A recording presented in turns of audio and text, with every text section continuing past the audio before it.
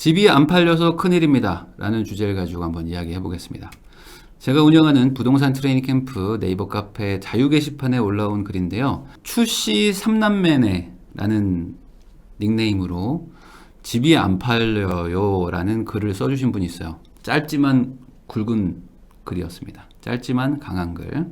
안녕하세요. 비과세를 받아야 되는데 매매하려고 할 때마다 주변에 입주 물량이 쏟아지니 너무 불안하네요. 대출도 꽉 막혀 있어가지고 관심이 있어도 못 사겠어요 라는 말만 들었어요. 어쩌다 일시적 2주택이 됐는데 집 파는 게 이렇게 어려울 줄이야. 댓글도 달렸는데요. 이런 말 하면은 참 제가 미우시겠지만 가격을 조금 낮춰야 되지 않을까요? 라는 분도 있었고, 안녕하세요. 저도 2019년도에 집 팔려고 1년 정도 걸렸어요. 막 힘들었다 이거죠. 그런데 팔긴 팔았는데요. 저녁 8시에 5분 보시더니 바로 계약하시더라고요. 라는 댓글도 있었습니다. 자, 결론은 지금 일시적 2주택이신데 집을 팔아야 된단 말이에요. 근데 집이 안 팔린다. 그러니까 지금 피가 말리는 상황이라는 거죠. 이 비규제 지역, 규제 지역 이렇게 나뉘는데 웬만한 수도권 그리고 웬만한 어떤 광역시들은 대부분 다 규제 지역입니다. 그래서 비규제 지역이 많지는 않은데 이 비규제 지역은 일시적 2주택이 3년 이내 매각을 하면 됩니다. 그러니까 내가 두 번째 집을 사고 3년 안에만 팔면 되니까 약간 좀 여유는 좀 느껴지죠. 3년 좀 길잖아요. 근데 이 규제 지역 있죠. 웬만한 곳들은 다 규제 지역인데 규제 지역은 지금 일시적 2주택이 1년 이내에 매각이에요. 물론 이게 법이 하도 많이 바뀌어가지고 2019년도 12월 17일 이후에 두 번째 집을 산 경우를 말하는 겁니다. 그러면 집을 사고 나서 1년 이내에 막 팔아야 돼요. 그러면 1년 하면 조금 길다는 느낌은 좀 안 들죠. 근데 이게 또 바뀌었어요. 그래서 2020년 7월 1일 이후에 취득한 그런 집은 만약에 주택담보대출을 받았다. 그러면 6개월 이내에 팔아라 라는 거예요. 근데 집을 6개월 이내에 판다는 게 진짜 쉬운 얘기가 아니거든요. 특히 2주택인데 일시적인 분들은 더 그렇습니다. 점점 일시적 2주택 양도세 비과세 혜택을 받기 어려워지고 있죠. 근데 그 이유가 뭘까요? 왜 그러냐? 이 일시적 2주택을 이용해서 계속 집을 왔다 갔다 하면서 세금 안 내고 계속 집으로 돈을 버는 사람들이 나타나니까 이런 사람들 때문에 계속 그 투기 수요가 생긴다 해서 비과세를 계속 막아가고 있는 거예요. 양도세를 점점 부과하려고 하는 거죠. 그러면 이러다 보면 당연히 이런 반응이 나타날 겁니다. 그러면 이렇게 정부가 이렇게 계속 점점 압박을 해오고 있잖아요. 원래 3년, 2년, 1년, 지금은 6개월까지 이렇게 압박을 가하고 있는데 그러면 이거를 미리 팔면 되는 거 아니냐. 굳이 이거를 왜 이렇게 시간을 이렇게 질질 끌다가 이렇게 마지막까지 코너에 몰렸을까라고 약간 비판을 하는 분들도 있을 수도 있는데 이게 사실 꼭 그렇지만은 않다고 볼 수도 있을 것 같아서 제가 설명을 하는 거예요. 여러분들 한번 상상을 해봅시다. 내가 집을 한 채 가지고 있어요. 근데 두 번째 집을 사는 거예요. 그럼 이 두 번째 집을 살 때 어떻게 살까요? 나는 여기에 지금 돈이 다 들어가 있는데 이 집을 팔고 사는 게 아니고 또 사는 거잖아요. 플러스를 하는 거죠. 그러면 이거를 살 때 대출을 받는 것도 한계가 있고 대부분 어떻게 사죠? 이 전세를 낀 물건을 사게 됩니다. 왜냐면 집이 비어있는 집을 사면은 내가 이걸 팔고 바로 이사를 갈 텐데 그럴 마음이 없으니까 일시적 2주택이겠죠? 당장 팔 마음은 없는 거예요. 그럼 반대로 당장 팔 수가 없다는 거죠. 그러면 내가 결국에 저 집을 살려면 전세가 들어있는 집을 사던지 아니면 지금 주인이 사는 집이어도 전세를 맞춰놓고 한 2년 있다 들어가야겠다 라고 생각을 하는 거죠. 그래서 이 일시적 2주택이라는 제도 자체가 저기에 세입자가 사는 사람들이 있잖아요. 그러니까 세입자가 사는 집을 산 경우에는 바로 이사를 못 들어가잖아요. 그러다 보니까 이런 기간의 혜택을 주는 것도 있거든요. 바로 못 들어가니까. 근데 그걸 계속 막고 있는 거예요. 그러니까 이제는 진짜 그것도 하지 말라는 거죠. 세입자 있는 집도 사지 말고 딱 정말 빈 집을 사가지고 네가 들어가서 살아라.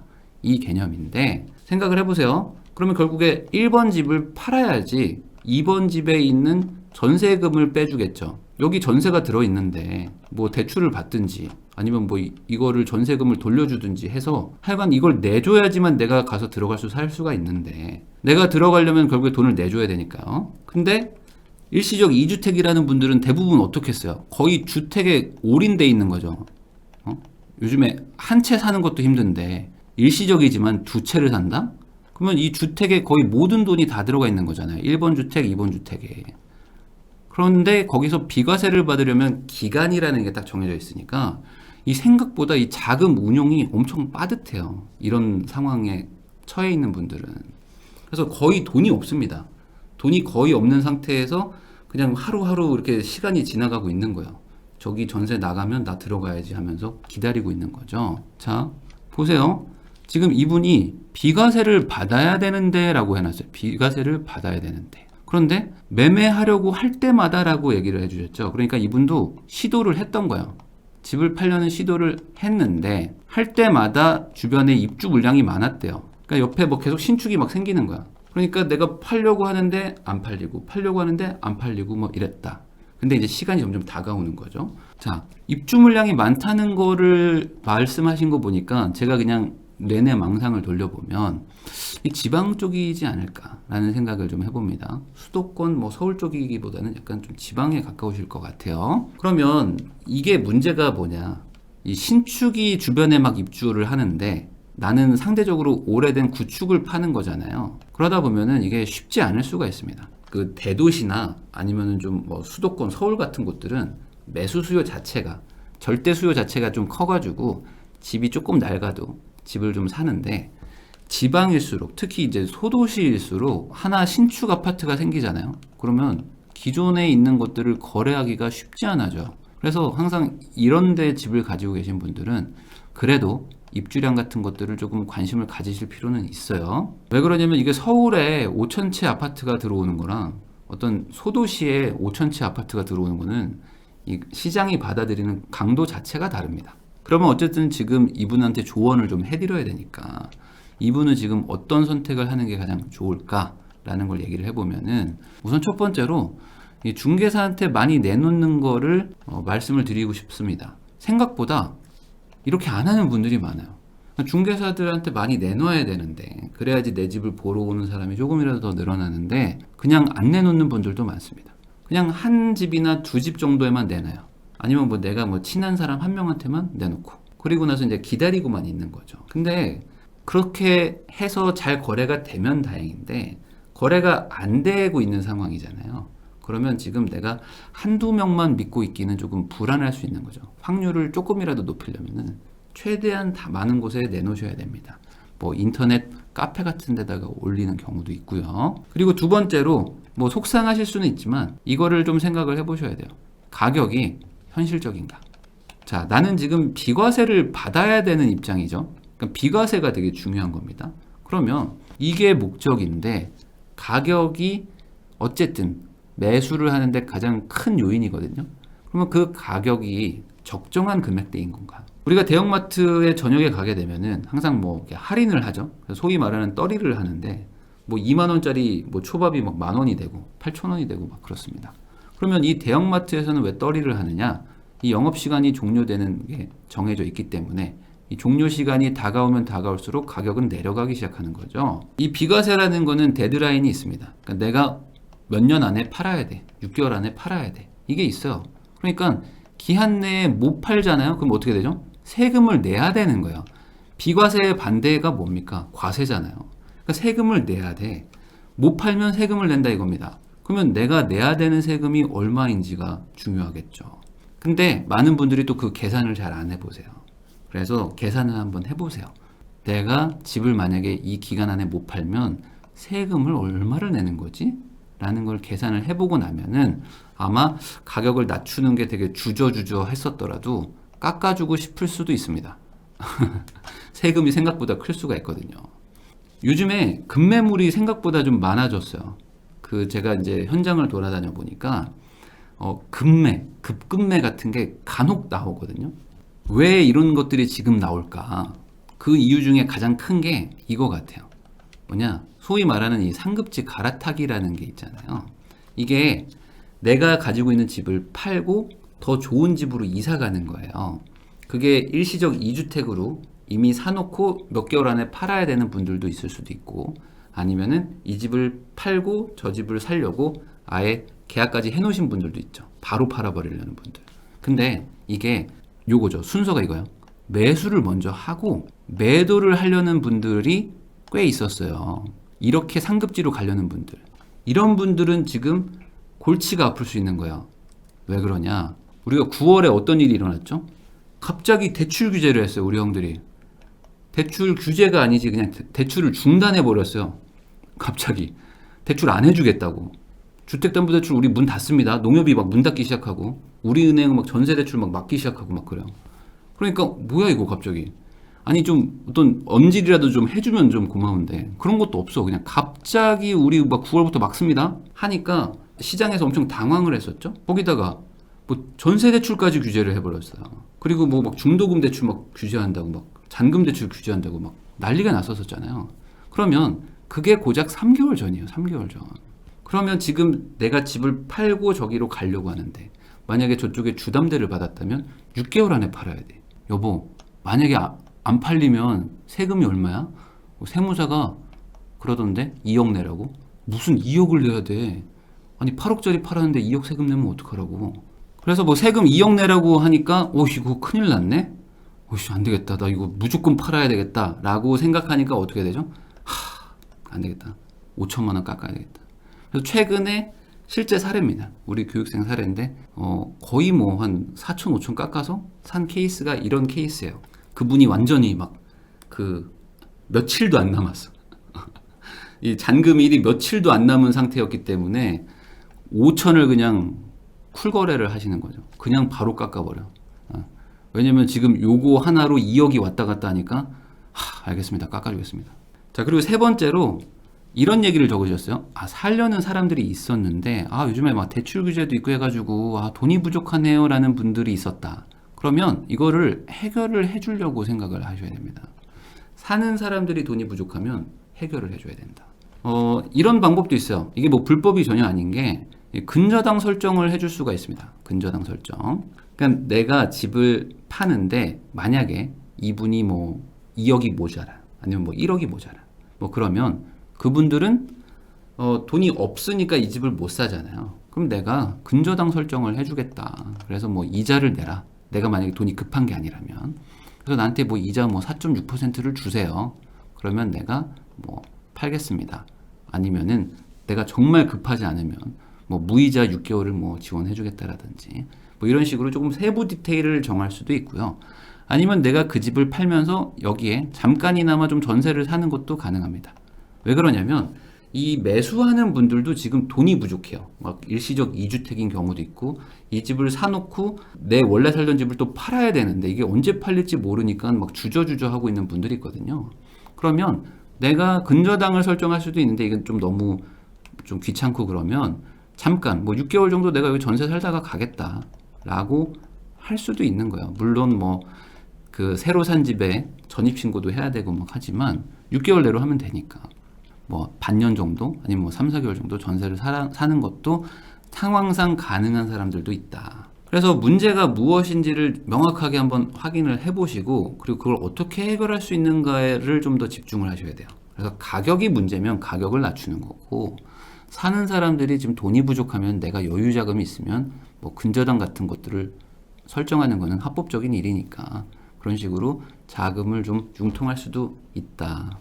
그러면 번외로 지금 갈아타기 얘기가 나와서 제가 갈아타기 이야기를 좀 한번 해보려고 합니다. 갈아타기도 전략이라는 게 있을 수 있는데 크게 두 가지죠. 많은 분들이 고민을 여기서 많이 해요. 1번 먼저 집을 판다. 그리고 집을 산다.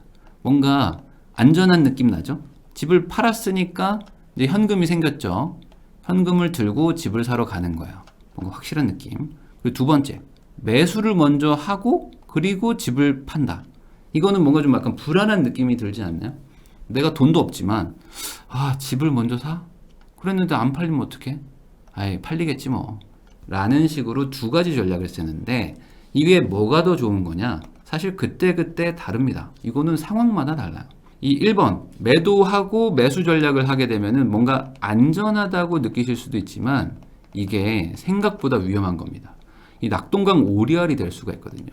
무슨 소리냐면은 꽤 많은 분들이 이런 일들을 당하는데 내 집을 먼저 팔았어요. 그리고 팔면서 다른 집을 계약을 합니다. 매수 계약을 했죠. 근데 매수 계약을 했는데 막 집값이 막 급등하는 시기에는 이 배액 배상이라는 걸 보통 당하는 경우가 있습니다. 계약금을 뭐 만약에 4천만 원을 걸었는데 집값이 막 5천, 1억이 막 올라가기 시작하는 거예요. 그러면 어떻게 해야 돼요? 이 주인들이 안 팔아야겠다라고 하면서 이 계약금의 2배를 돌려주기도 합니다. 배액을 배상하면서 계약을 파기시켜버리죠. 그러면 이게 어떻게 되냐? 나는 원래 1주택자였는데 그냥 졸지에 무주택자가 되는 거야. 집을 하나 팔았고 새로 집을 살려고 하는데 이 계약이 파기가 되면서 나는 그냥 무주택자가 돼. 그리고 그 사이에 집값은 더 올라버리고 나는 살 수 없는 상황이 되기도 합니다. 그래서 이게 무조건 좋은 전략도 아니에요. 그리고 두 번째로 매수 매도 전략은 보통 이럴 때 합니다. 이 집값이 오르기 전에 빨리 사야겠다라는 마음이 드는 시기가 있어요. 막 저 집이 막 올라가는 거예요. 그러면 안 되겠다. 저거 먼저 잡아놓고 내 거를 팔아야지 라고 선매수 후 매도. 근데 이런 분들은 이런 일을 당하죠. 뭐냐? 집이 안 팔리는 경험을 하게 되면 이제 지옥으로 가는 겁니다. 지옥으로 갑니다, 진짜. 아까 그분이 이렇게 했다는 건 아닐 수도 있지만 이런 케이스도 있어요. 뭐냐면 집을 팔려고 하면 이렇게 상승기 때 집을 팔려고 하면은 약간 좀 기다리고 싶은 마음도 있어요. 왜냐면 이 내가 산 집도 올라가지만 내가 팔려고 하는 집도 올라가는 것 같거든요. 막 호가가 막 계속 올라가. 그러면 잠깐만 지금 팔아야 되나? 아씨 어떡하지? 조금 더 받을 수 있을 것 같은데 라는 생각이 막 계속 드는 거야. 뭐 1년 안에 팔아야 된다, 뭐 3년 안에 팔아야 된다, 6개월 안에 팔아야 된다 이렇게 기한이 있으면 조금만 좀 기다려볼까? 왜냐면 기다리면 조금 더 받아가지고 이걸 팔 수 있을 것 같은데 아니 몇 천이 뭐 애 이름이냐고 내 막 연봉인데 이거 좀 기다려볼까? 하다가 어떤 일이 일어나죠? 갑자기 뭐 정책이 막 확 바뀐다거나 뭐 어떤 막 갑자기 규제 지역으로 막 지정된다거나 그런 일들이 이제 많이 일어난단 말이에요. 그러면 내가 계획했던 거랑 갑자기 상황이 바뀌면서 이 데드라인에 막 몰리기 시작하는 경우가 생겨요.